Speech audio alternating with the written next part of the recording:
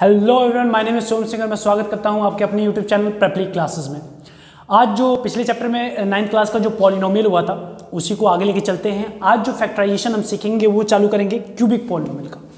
बहुत easy concept से सीखेंगे और आसानी से समझने की कोशिश करेंगे कि क्यूबिक पॉलिनोमियल अगर हमारे पास गिवन हो तो उसका फैक्टराइजेशन कैसे निकालते हैं। देखिए, सिंपल सा एक बेसिक मैथमेटिक्स जो है उसकी तरह वहाँ से हम स्टार्ट करेंगे और उसको समझते हुए आगे बढ़ेंगे। जैसे मान लीजिए आपका है 12, आपको मान लो पता चल गया कि 12 का एक फैक्टर कितना है 2। मान लो पता चल गया, XYZ ब्रह्मा जी आए, आपको आशीर्वाद दिया कि 12 का फैक्टर 2 है और आपको पता चल गया।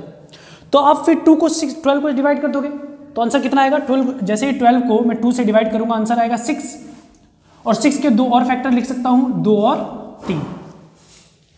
तो 12 का एक फैक्टर मेरा 2 निकल गया था और 6 के जो 2 से डिवाइड किया तो आंसर आया 6 और 6 के मैंने 2 बाकी फैक्टर निकाल लिए, 2 और 3। अब देखो 2 × 2 4 चतियाँ 12 आ गया, यानी मैंने 12 के तीनों फैक्टर निकाल लिए।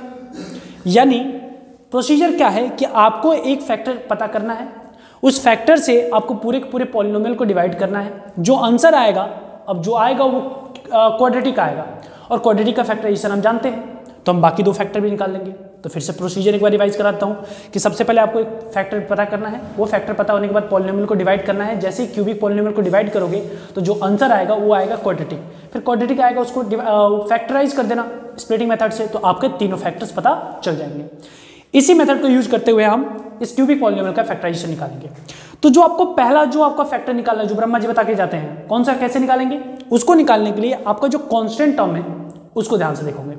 तो यहाँ पे जो कांस्टेंट टर्म है वो है 1। अब 1 के मल्टीपल ढूंढोगे, मतलब कौन कौन से एक को कौन कौन से नंबर डिवाइड कर सकते हैं आप उनके ये सोच के चलोगे। तो 1 को किस किस से डिवाइड कर सकता हूं मैं, -1 से भी डिवाइड कर सकता हूं, 1 से भी, इसके अलावा कोई और कुछ नहीं होगा। जैसे मान लो यहाँ पे अगर 6 होता, बाई चांस यहाँ पे 6 होता तो उस केस में क्या होता, -1 1 -2 2 -3 3 ऐसे ही 6 -6 और सारे होते हैं। बात समझ आ गया। इसके केस में क्या है, 1 है तो 1 में क्या होगा -1 और 1, इसके अलावा और कुछ नहीं होगा। जैसे ही आपको ये पता चल जाएगा, आपको क्या करना है, एक एक ये वैल्यू उठा के x की जगह पे पुट करना है और चेक करना है कि किस पे इसकी वैल्यू 0 होती है। क्योंकि याद करो जो हमारा फैक्टर होता है, अगर मान लो फैक्टर x + 1 है, इसको मैं = 0 पुट कर देता तो x बराबर क्या आता था -1, यानी x की ये वो वैल्यू है -1, जो x की वैल्यू यहां पुट करूंगा तो मेरा आंसर कितना आ जाना चाहिए 0। यानी फैक्टर से हम 0 निकालते थे, जीरोस, और वो जीरोस की वैल्यू अगर जब हम पॉलिनोमियल में पुट करते थे तो पूरे पॉलिनोमियल की वैल्यू कितनी आ जाती थी 0। इसीलिए हम पता करेंगे कि किस वैल्यू पे ये कितना आएगा 0 आएगा, यानी वो हमारा जीरोज हो जाएगा और उस जीरोज की मदद से हम फिर फैक्टर निकालेंगे। तो यूज करते हैं, मैंने मान लिया कि ये पॉलिनोमियल है p of x बराबर ये है, तो मैं निकालता हूं, सबसे पहले पुट करता हूं x की जगह पे -1। तो जैसे ही पुट करूंगा -1 की पावर 3 + 3 -1 की पावर 2 + 3 -1 + 1। -1 का क्यूब होता है -1 प्लस -1 का स्क्वायर करोगे तो 1 1 × 3 3 प्लस -3 + 1, 3 से 3 गया, 1 से 1 गया, आंसर आया 0। तो जी हाँ, x बराबर -1 एक इसका जीरोज है, यानी x + 1 is a factor of p of x। कोई इशू? तो आपको पहला फैक्टर मिल गया। पहला फैक्टर कैसे निकाला, x = -1 0 होगा, -1 को इधर लेके आया तो +1 हो गया, हमारा पहला फैक्टर मिल गया। अब पहला फैक्टर मिलते ही पूरे के पूरे पॉलिनोमियल को आपको डिवाइड कर देना है x + 1 से।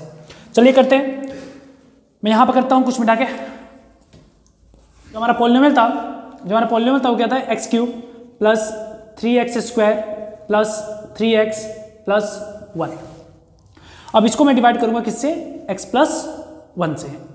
डिवाइड करने का सबसे बेसिक रूल क्या होना चाहिए कि जो पॉलिनोमियल डिवाइड कर रहे हो वो असेंडिंग ऑर्डर में होने, डिसेंडिंग ऑर्डर में होने चाहिए उनके डिग्री के हिसाब से, यानी सबसे हाईएस्ट डिग्री वाली पहले, फिर छोटा, फिर छोटा, फिर छोटा, और जिसे डिवाइड कर रहे हो वो भी सेम प्रोसीजर में। अब यहाँ पे x की पावर 3 है, यहाँ x की पावर कितनी है 1, तो अब कितने चाहिए, x की पावर 2 चाहिए, क्योंकि 2 × 1 करो, जब x की पावर 2 और इंटू x करोगे तो पावर ऐड होगा तो x की पावर 3 हो जाएगा। तो मैं x की पावर 2 से डिवाइड कर देता हूँ तो आंसर आएगा x³। फिर x² + 1 करोगे तो x²। ये प्लस में है तो साइन चेंज करोगे माइनस में, ये प्लस में है साइन चेंज करोगे माइनस में, ये माइनस ये प्लस कट गया, ये माइनस ये प्लस, प्लस माइनस क्या होता है माइनस। तो 3x² में से एक x² गया तो कितना बचा 2x² प्लस बाकी जो चीजें हैं उनको जैसे ही उतार दो। अब यहाँ पर 2x² है, यहाँ x है तो कितनी बार में जाएगा 2x बार में, तो आया 2x², 2x + 1 किया तो 2x, फिर साइन चेंज कट गया, 3x में से 2x गया तो x + 1, अब कितनी बार में जाएगा 1 बार में, तो ये आ जाएगा x + 1, फिर साइन चेंज कट के आंसर कितना आ गया 0। तो मैंने इससे इसको डिवाइड किया तो मेरा क्या आया x² + 2x + 1। अब मैं इस चीज को क्या कर दूंगा फैक्टराइज कर देते हैं। क्वाड्रेटिक को फैक्टराइज करना बहुत आसान है कि आप a और c को प्रोडक्ट करते हो, a की वैल्यू कितनी है इसमें 1, c की वैल्यू कितनी है 1, 1 × 1 करोगे तो 1 आएगा। यानी आपको इनको ऐसे दो टुकड़ों में तोड़ना है, दो को कि सम करने पे तो 2 आए लेकिन मल्टीप्लाई करने पे कितना है 1। तो सिंपल सा पता है कि x² प्लस 2 की जगह पे मैं लिख सकता हूं 1 + 1 x + 1, तो x² प्लस 1x यानी x और यहाँ पे भी 1x यानी x + 1, दोनों में से कॉमन आ गया x, तो x + 1 और यहाँ से भी क्या आ गया +1, तो x + 1 यानी यहाँ से क्या आ गया x + 1 और x + 1।